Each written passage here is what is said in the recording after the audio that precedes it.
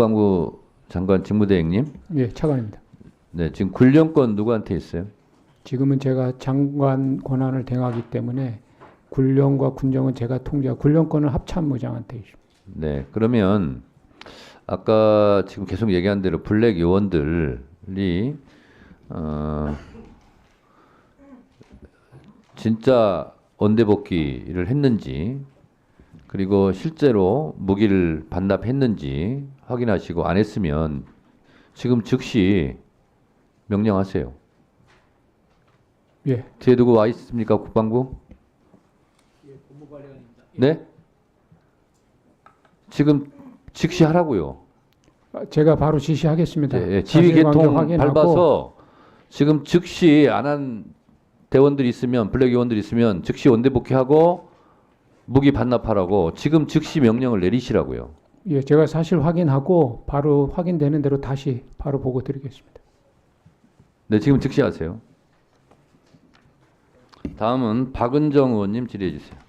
네, 공수처장님. 지금 공수처에서 이첩 요구해서 검찰에서 사건을 이첩 받았습니다. 그런데 군 장성들에 대한 사건은 이첩 안 받으셨어요. 그걸 다 받으셔야 돼요. 검찰이 이 사건에서 손을 떼야 됩니다.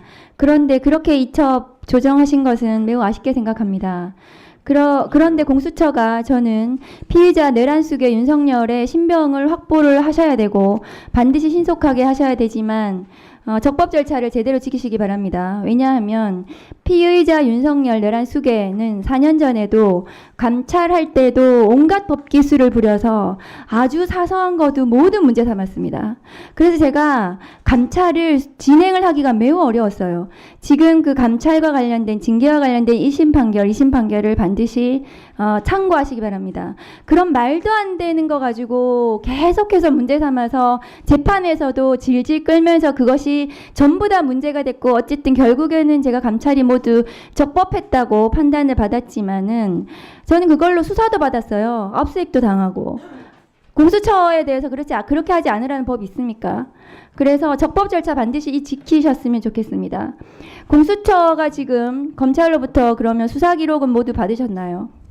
지금 일부 받고 또 추가로 지금 요청하고 있는 그런 전부 다 상황입니다. 받으셔야 됩니다. 왜냐하면 검찰의 수사 기록은 피의자 윤석열 내란 수계에 대한 수사 기록입니다. 그것은 피의자 윤석열에 대한 모든 증거 기록이에요. 그 수사 기록은.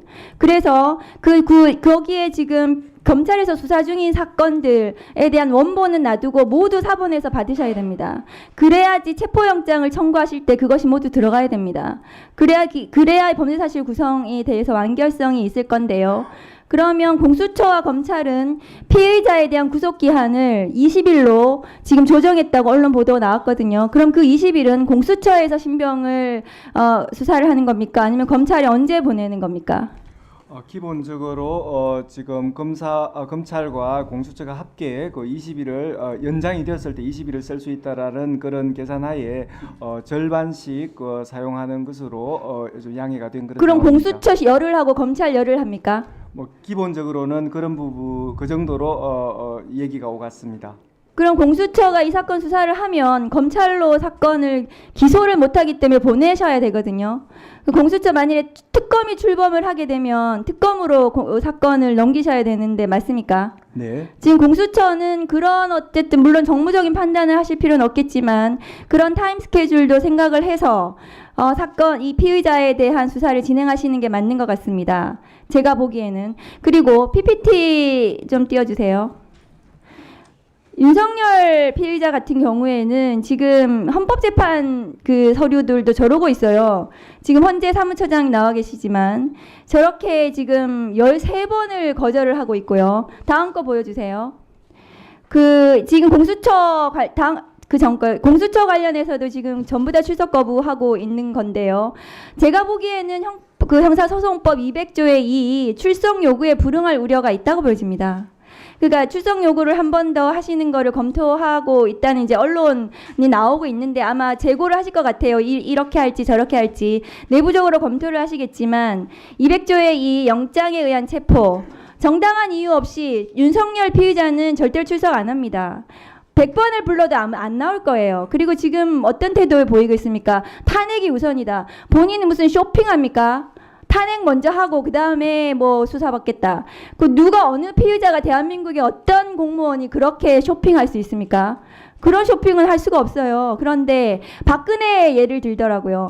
박근혜 대통령 그때는 국정농단 사건이었고 그때는 내란 외환이 아니었어요. 이거는 그래서 박근혜에 대해서는 탄핵을 먼저 하고 파면이 돼야지 기소가 가능하기 때문에 그 박근혜 대통령 같은 경우에는 그랬기 때문에 탄핵을 먼저 한 겁니다. 그런데 피의자 윤석열은 내란 외환은 탄핵 안 해도 기소할 수 있습니다. 체포 구속할 수 있습니다. 그런데 지금 본인이 쇼핑하겠다는 거거든요. 탄핵으로 탄핵 먼저 하고 수사해달라. 어느 국가기관이 그게 대한민국의 어떤 국가기관이 피의자가 징계 파면을 받아야 되는 공직자에 대해서 그렇게 해달라는 대로 해줄 수가 없습니다. 출석 요구에 불응할 우려가 있기 때문에 저는 체포영장을 청구해야 된다고 생각을 하고 반드시 신병을 신속하게 확보하는 것이 이 어지러운 아직도 내란이 지속되고 있는 이 상태 대한민국을 서둘러서 안정화시킬 수 있는 때라고 저는 생각을 합니다. 공수처장님께 부탁을 드립니다. 법무차관님 네. 장관 대행이시죠? 네. 법무부로부터 제가 답변 받았는데 계엄사 인력 파견 관련해서 네. 본인이 요청 못 받았다고 답변을 하셨는데 다만 네네. 지금 비상안전기획관의 인적사항 촬영 번호를 네네. 문의하는 전화가 왔다. 네네. 그렇습니다. 이거는 인적 요청한 거 아닙니까? 제가 보기에는 아, 그거를 특정해서 지금 요청해서 전화가 왔으면 그거는 보내달라는 취지로 보여지고 검찰은 네. 이 사건 수사에서 손을 떼세요. 왜냐하면 지금 국정원과 검찰이 이 내란에 개입했다고 의심받는 지금 복수의 증언들이 경찰 수사에서 나온 거 아닙니까? 선관위 서버 포렌식 검찰과 국정원에서 올 거니까 보조만 해줘라. 거기서 중요 임무 할 거다. 이 증언 나왔잖아요. 검찰은 검찰 정권이었는데 윤석열 정부가 이 다른 국가기관에 지금 그 배엄사령부에서 파견 요청을 했는데 검찰은 가만히 있었다고요. 검찰하고 미리 공모를 했겠죠. 그러면 이 비상계엄을 검찰은 이 사건에서 손을 떼세요. 더 이상 하지 마십시오. 수사를 받아야 될 대상이지 수사를 할 주체가 아니에요. 검찰에 대해서는. 그리고 이 선관위 서버와 관련해서 검찰이 어떻게 내통을 했는지에 대해서 검찰이 소상히 나중에 수사를 제대로 밝히고 받아야 된다고 저는 생각을 합니다. 법무부 장관 대행께서 내부적으로 그렇게 법무부를 지금을 내란을 그렇게 진정을 시키셔야 됩니다. 그리고 차관께서 계엄 당일날 밤에 회의에 참석하셨죠. 네, 그렇습니다. 그 당시에 체포 대상이었던 지금 정치인들, 언론인들에 대해서 출국 금지 지시하신 적 있습니까? 아니요, 전혀 장관이 없습니다. 네, 출국 전혀 금지 없습니다. 관련해서 출입국 관련해서 얘기를 했다는데 그런 적 없습니까? 당시에는 두 가지 사항을 말씀했는데 장관이 첫 번째는 수용시설 관련해서 수용자의 안전 관리가 필요하니까 교정시설의 수용자 관리를 안전하게 이루어질 수 있도록 챙겨보라는 것 한 가지. 두 번째는 출입국 관리 부분도 확실하게 해달라. 일반적인 걸 말씀하셨고 만약에 위원님 말씀하시다시피 출국 금지를 만약에 말씀하셨다면 뭔가 조치가 이루어졌을 법도 한데 전혀 그런 것도 없고 시도한 자료도 없습니다. 이건 객관적인 자료로 증빙이 되기 때문에 예. 체포 대상자 명단에 나와 있는 체포 대상자들에 대해서 출국 금지를 시도하거나 전혀 없습니다.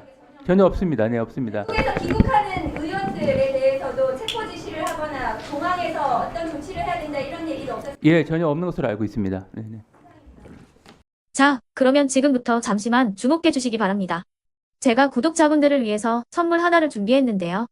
제가 항상 여러분들께 드리는 말씀이 있습니다.